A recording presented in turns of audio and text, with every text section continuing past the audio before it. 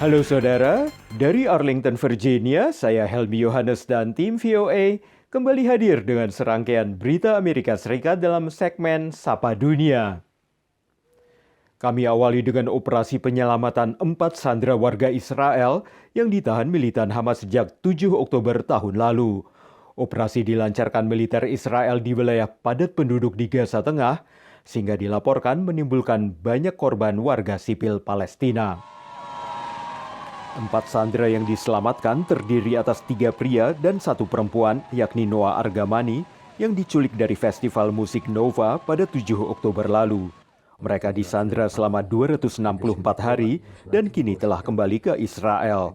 Pasukan pertahanan Israel mengatakan operasi pembebasan itu melibatkan serangan darat, udara, dan laut dan berlangsung pada siang hari. Dalam kunjungannya ke Paris, Presiden Biden menyambut baik penyelamatan keempat sandera yang telah kembali ke keluarga mereka di Israel. Kabar penyelamatan sandera ini disambut oleh warga Israel. Tapi di Gaza, kantor media yang dikelola Hamas mengatakan serangan Israel mengakibatkan lebih dari 200 orang tewas dan 400 lebih lainnya cedera.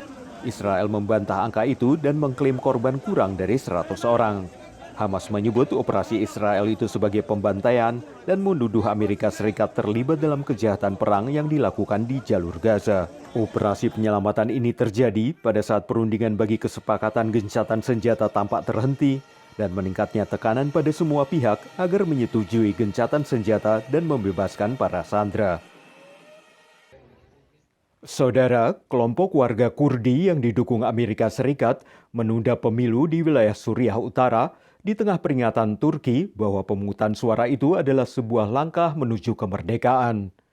Menurut Presiden Turki Recep Tayyip Erdogan, ia tidak akan membiarkan apa yang ia sebut sebagai negara teroris berada di perbatasan Turki. Pemungutan suara di Suriah Utara yang sedianya berlangsung bulan Juni akan ditunda ke bulan Agustus. Demikian diumumkan Pasukan Demokratik Suriah atau SDF, kelompok Kurdi Suriah yang didukung Amerika Serikat. Langkah ini diambil menyusul peringatan dari Turki bahwa pemilu itu menimbulkan ancaman keamanan nasional bagi negara yang berbatasan langsung dengan Suriah tersebut. Para analis mengatakan pemilihan kepala daerah di kawasan ini sangat penting bagi SDF. They have done this new pact, social agreement with the population. They want to stabilize the administration and they want to organize this election to get more legitimacy. SDF adalah sayap militer resmi dari pemerintahan otonom Suriah Utara dan Timur, wilayah yang de facto otonom dari pemerintahan di Damaskus sejak Perang Saudara meletus. Turki menuding pemungutan suara ini adalah langkah menuju kemerdekaan, sesuatu yang dianggap Turki sebagai ancaman bagi keamanan nasional mereka. Once any party in Syria with an armed group starts doing elections, well, it's a challenge, especially for the future of Syrians, because they will claim autonomy first, then maybe a federation, then a confederation, then independence. So there's no end. Rencana pemilihan ini pun berimbas pada hubungan Amerika Serikat dengan Turki.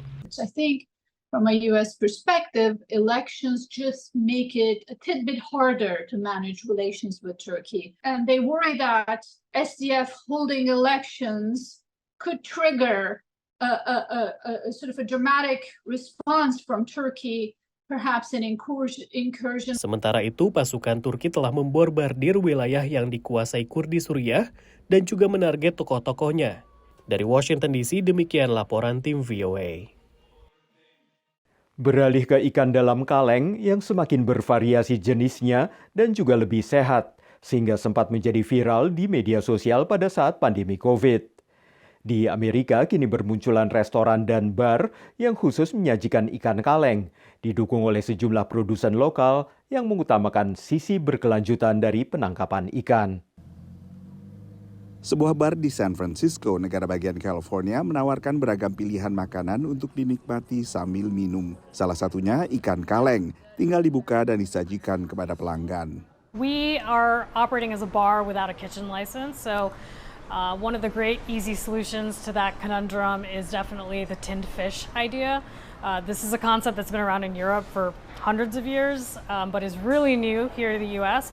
Tapi belakangan ikan kaleng menjadi tren baru yang ikut dipopulerkan media sosial, khususnya TikTok. Banyak warga Amerika selama terkungkung dalam rumah saat darurat pandemi juga mencari ide baru untuk memanfaatkan isi dapur. I think the trend is here to stay, and I think the more and more people discover it and realize how much variety is out there, it's just getting stronger and stronger. And even more so, there are more domestic producers coming up now as well. And so I think that's a sign that the cultural shift is happening and it's going to be here to stay for a while. Salah satu produsen terbaru asal Amerika Serikat adalah Fishwife, didirikan pengusaha yang pernah tinggal di Spanyol dan Portugal. From our first year in business in 2021 to our second year, the business grew 250%, and this year we're on track to grow 150%. Becca sendiri mencari pemasok yang bisa menyediakan ikan yang ditangkap secara berkelanjutan, antara lain tuna yang dipancing bukan dijala, sehingga meminimalisasi terbunuhnya hiu, penyu, dan satwa lain yang sering tersangkut dalam penangkapan ikan secara komersial. Demikian laporan tim VOA. Saudara, sebuah produk slow fashion atau mode berkelanjutan asal Indonesia telah dipasarkan oleh toko retail busana di New York sejak tahun lalu. Busana yang diproduksi secara ramah lingkungan ini sesuai dengan prinsip tujuan pembangunan berkelanjutan PBB. Dan menurut penjualnya, diminati oleh konsumen karena banyak yang unik dan beragam pilihannya. Dari tangan para ibu di pedesaan Indonesia, produk mode Sukacita telah dipesan ke banyak konsumen internasional. Dan kini, produknya berhasil tembus pasar New York, Amerika. Produk slow fashion Sukacita yang berkesesuaian dengan tujuan pembangunan berkelanjutan PBB mendapatkan perhatian dari Badan Program Pembangunan PBB UNDP. So people are no longer willing to spend that much for the typical name brands, and also people are becoming much more conscious about fast fashion. People always walk into the store and they love the selection we have because we have a lot of very unique pieces that you're never going to find anywhere else. Produk Sukacita dijual di toko The Canvas, New York sejak akhir 2023 lalu. Everyone loves the pieces. They're more so spring-summer oriented naturally. So now we're seeing a bit of more of a pickup, with the merchandise. But everyone loves the handmade details.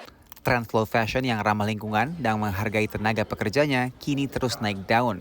Namun, ini bukan tanpa konsekuensi.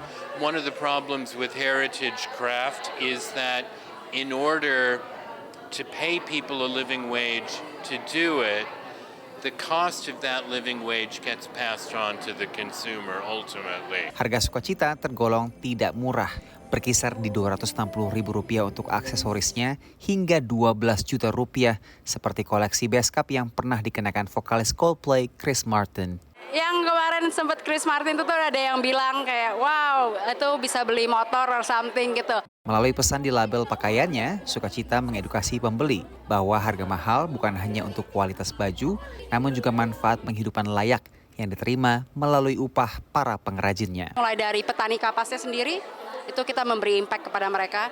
Yang membersihkan kapasnya, yang memintalnya jadi benang, terus kemudian penenunnya, itu menyentuh sangat banyak tangan pengrajin. Dari New York, Randy Wicaksana dan Nadira Gasani, VOA.